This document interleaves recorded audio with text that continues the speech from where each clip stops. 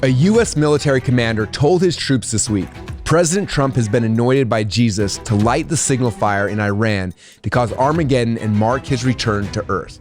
That is not from a church. That's from a combat readiness briefing at an American military base. And over 200 service members have now filed complaints about commanders across every single branch of the military saying the exact same thing. The propaganda technique they're using is over 130 years old, and it might be the most powerful one ever created. Because once you understand how it works, you'll see it everywhere, not just in wars, but in every movement, every brand, and every business that's ever turned customers into true believers. This is the Propaganda Playbook, where I take the biggest stories in the news and decode the propaganda techniques hidden inside of them. And then I'm going to show you how to use the ethical version of those same techniques to grow your business. So that said, let's get right into it. If you watched the last few episodes, you know that the US and Israel launched strikes on Iran just a couple of weeks ago. We broke down how the consent for that war was manufactured step by step before the first bomb ever dropped. If you haven't had a chance to watch that video yet, go and watch it after this one. I'll put the link down in the description below. But here's what's happened since then. The war is now in its second week. 8 US servicemen are dead. Over 1,200 Iranian civilians are dead. Oil is past $110 a barrel, and the White House still hasn't given a clear strategic reason for why we're in this war. And into that vacuum, something really wild is happening. Military commanders across every branch are filling gaps with religious language. They're telling troops that this isn't just a war, it's a holy war, and that it's been ordained by God, that it's going to bring about the Armageddon and the return of Jesus Christ. Now, this isn't just some kind of rumor, okay? The Military Religious Freedom Foundation has received over 200 complaints from over 50 military installations, every branch from Army, Navy, Air Force, Marines, Space Force, all of them. And it goes all the way to the top. Defense Secretary Pete Hegseth has been hosting monthly Christian prayer services inside the Pentagon auditorium, broadcasting them on the Pentagon's internal TV network. He's invited a pastor who has publicly said that women's rights to vote should be repealed and that America should become a Christian theocracy. And Hegseth himself has a Jerusalem cross tattooed on his chest. That's a Crusade symbol from the actual medieval Crusades. Okay, now actually before I show you that, I want you to see something first, because describing this just doesn't do it justice. The Defense Secretary, the guy who's in charge of the most powerful military on the face of the earth, just made a video where he's reciting the Lord's Prayer. And they cut it together with some footage of fighter jets launching, missiles flying, paratroopers jumping out of planes, and an American flag waving. And I'm not just making this up. Just watch this real quick. Our Father, who art in heaven, hallowed be thy name. Thy kingdom come, thy will be done, as we forgive those who trespass against us. Deliver us from evil. Amen. Okay, so as a propaganda expert, that video is masterful, and I mean that technically, not morally. Forget whether you agree with it or you disagree with it for just a second. Just look at the technique. What they're doing is fusing two identities into one, a soldier and a believer. And once those two identities merge in your mind, then questioning the war becomes the same thing as questioning God. And that is incredibly powerful. And I want to know, did that video move you even a little bit, even if you know exactly what they're doing? And I want you to be honest in the comments, because I think that most people are not going to be willing to admit it. But that clip hits completely differently than a press briefing, and there's a very specific reason for that. So what you just watched has a name. In the world of propaganda, it's called sacred propaganda, or what I call the moral crusade. Okay, and here's what that means. When a leader wraps a cause in religious language, something fundamental changes. It's no longer a policy debate. It's no longer about strategy or cost-benefit analysis or whether this is the right call. It becomes a test of faith, and you cannot argue with someone's faith. That's what makes this the most powerful propaganda technique ever created. Now, in the first episode, I taught you about Edward Bernays, the man who invented public relations. And a lot of people think that Bernays came up with all this stuff from scratch, but he didn't. He had a teacher, and his teacher's name was Gustave Le Bon. Le Bon was a French social psychologist who wrote a book in 1895 called The Crowd, a study of popular mind. And this book I actually have right here is a first edition copy of one of his books. And this book changed everything, because Le Bon figured out something that nobody else has put into words before. He said that when an individual forms a crowd, they lose their individual rationality. They become susceptible to three things: images, symbols, and sacred words. Not arguments, not logic, not evidence, images, symbols, and sacred words. And here's the quote from Le Bon that I really want you to sit with. The masses have never thirsted after truth. Whoever can supply them with the illusions is easily their master. Whoever attempts to destroy their illusion is always their victim. He wrote that in 1895, 130 years ago. And then he said this, and this is the key part. The most powerful propaganda technique in the world is to give a cause the character of a religion, because religious beliefs operate below logic. They operate at the level of identity. And once something becomes part of someone's identity, no amount of facts or arguments will change their mind. You're not arguing with their brain anymore, you're arguing with their soul. Now, Bernays read this book before he ever read Freud. Le Bon was the foundation that everything else was built on. Hitler studied Le Bon. Mussolini studied Le Bon. Every mass movement leader in the 20th century studied this man. And right now in 2026, the same playbook is being run out of the Pentagon. So let me show you how this has worked before, because this isn't new, this is ancient. In the year 1095, Pope Urban II needed to do something that should have been almost impossible. He needed thousands of Europeans, men, farmers, blacksmiths, normal people, to leave their homes, march thousands of miles across the continent, and fight and die in the desert for a city most of them had never actually seen, against an enemy most of them had never met. Now think about that for a second. How do you get someone to do that? You can't pay them enough. You can't threaten them enough. There's no logical argument that works. Hey, I want you to leave your family, walk for months, and probably die in a foreign country.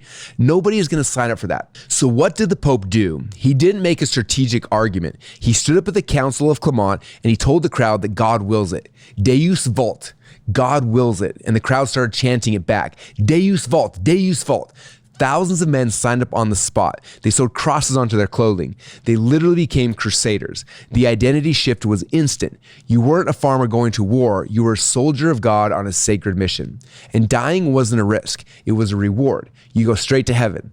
That was Le Bon's playbook. Give it the character of religion and logic becomes irrelevant. And here's the thing. The Defense Secretary of the United States has that exact symbol tattooed on his chest. A Crusades cross in 2026 while commanding a war in the Middle East. Now, I'm not telling you what to think about that. I'm just asking you to see the technique. And it doesn't stop with the Crusades. In World War I, and this is where Bernays comes in, both sides claimed that God was on their side. German soldiers had Gott mit uns on their belt buckles, which means God with us. Allied propaganda portrayed the war as a Christian crusade against barbarism. Bernays used this. Make the world safe for democracy. That's not policy, that's a sermon. It's a moral absolute.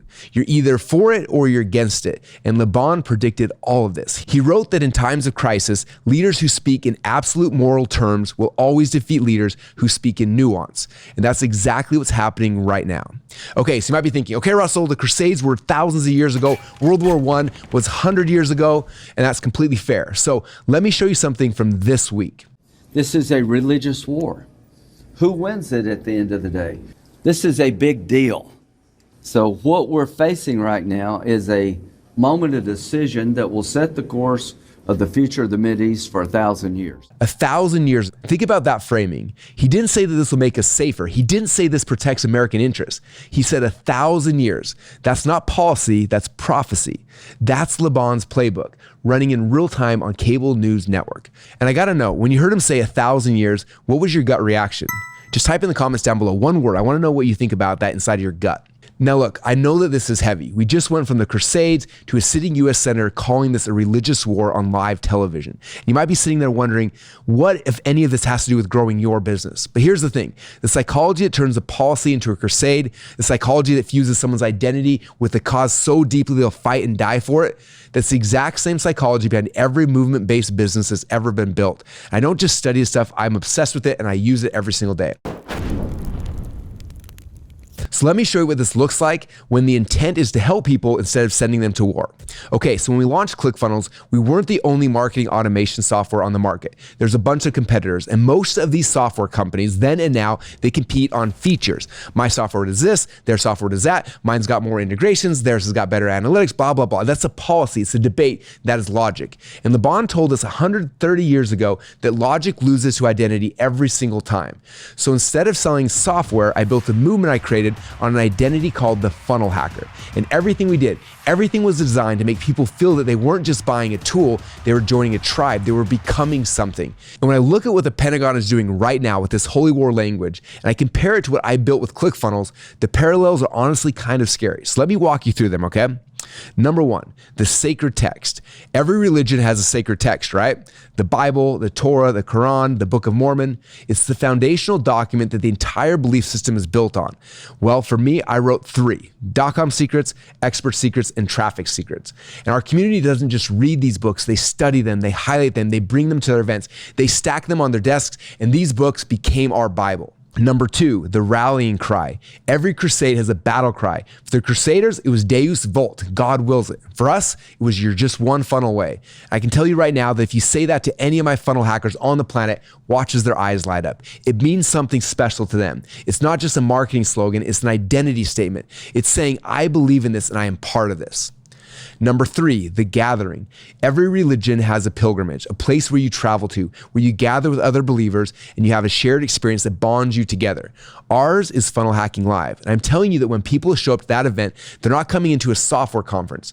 They're coming into a revival. They fly in from all over the world. They wear their t-shirts. They bring their books. They stand in line to get photos. And when somebody walks across that stage and gets their 2 Combo Cup award, meaning they just crossed $1 million through a funnel, people are crying. The recipients are crying. The audience is crying. I'm usually also crying. Okay. Number 4, the visible commitment. The Crusaders sewed crosses onto their tunics. That's how you showed the world that you were part of this movement. Well, for our people, they put their I Build Funnel stickers on their laptops. They wear t-shirts to the gym. They put the 2 Combo Cup plaques on their office walls. And that's not just branding. That's identity. That's someone telling the world, this is who I am. Number 5, the enemy. And this is a big one. Every movement needs something to fight against. For the Crusaders, it was the infidels. For the funnel hackers, it was the traditional website, the old way, the broken model. I didn't position ClickFunnels against Lead Pages or Infusionsoft, whatever the competitor of the week was. I positioned them against a category. I said that websites are dead, funnels are the future. That's not a feature comparison, that's a crusade. And people don't join feature comparisons, they join crusades. Now I want you to see what this actually looks like in practice. How many people ready to get your first ClickFunnels award? Somebody say that's me. It's like an Oscar show or something.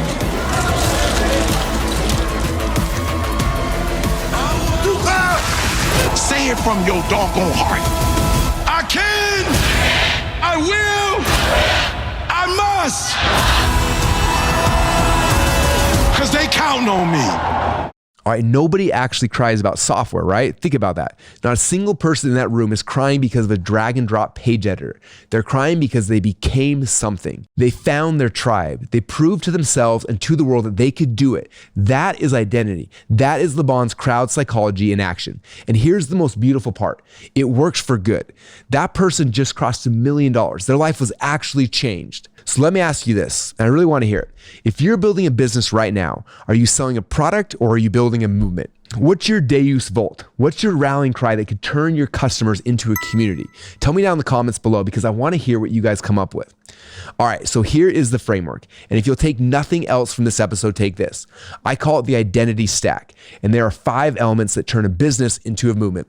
Element number 1, the sacred text. What is your foundational teaching? Not a sales page, a manifesto, something people study, not just read. For me, it was 3 books. For you, it might be just 1. Or maybe it might be a video series or a framework or a challenge, but it has to be the thing that your entire belief system is built on. Element number 2, the rallying cry. What's your one sentence that makes your believers light up? You're just one funnel away. Just do it. Think different. It has to be short enough to chant and deep enough to mean something. So what's yours?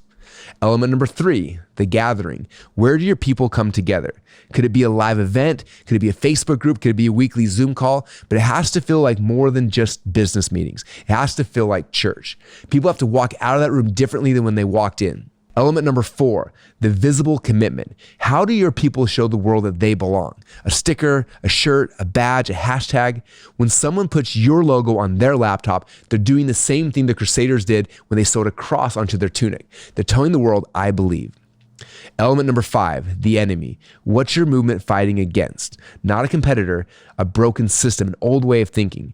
People don't get fired up about being slightly better than the alternative. They get fired up about replacing a broken paradigm with something new. If you have all 5 of those, you don't have a business, you have a movement. And movements don't compete on price because price is logic and identity is religion. Okay, so here's the question I keep circling back to with this one. And it's probably the hardest question I've asked in any of these videos so far. Le Bon said 130 years ago that the masses have never thirsted after truth. They thirst after illusions, and whoever supplies those illusions becomes easily their master. So when I build a movement around ClickFunnels and people are crying at my events and they're wearing the shirts and they're putting plaques on their walls, I've had people literally tattoo our logo onto their bodies. Am I giving them the truth, or am I giving them a really compelling illusion? And when those military commanders tell the troops that this war is God's divine plan to bring about the end times, is that really any different? Or is it the same psychology pointed in a different direction? I honestly don't have a clean answer for that one, and I've been thinking a lot about this since we started making these episodes. The line between a movement that changes lives and a crusade that destroys them might be thinner than any of us are willing to admit. If you think about that kind of stuff too, I would love to hear where you stand in the comments down below. Now, what I just showed with you is literally just one technique from a playbook that's been built over 130 years. It started with Gustave Le Bon, figuring out that crowds aren't driven by reason, they're driven by images, symbols, and sacred words. Then Sigmund Freud mapped out the unconscious mind underneath all of it. Then Edward Bernays took both of their ideas and weaponized them to sell wars, overthrow governments, and rewire what entire countries desire and fear. And then a man, my mentor named Dan Kennedy, figured out how entrepreneurs could use those same dark arts ethically. And I spent the last 20 years taking all of it and turning it into a system that bootstrapped ClickFunnels past $1 billion in sales without any venture capital. And I actually made a video that tells the entire story from Freud to Bernays and how to use the exact same techniques today to sell anything online. And if what you just saw in this video fascinates you, then that video is going to blow your mind. So go to secretsofpropaganda.com or hit the link in the descriptions and go watch it right now while this is fresh. And if you haven't already subscribed yet, please do, because this is the Propaganda Playbook. Every episode I take a big story from the news, I decode the propaganda behind it, and I show you how to use the exact same techniques to grow your business. Same science, same playbook, different story. The next episode is coming soon, and I'll see you on the next one. In 1914, a discovery was made that should have stayed buried. The hidden switches that control human behavior were exposed.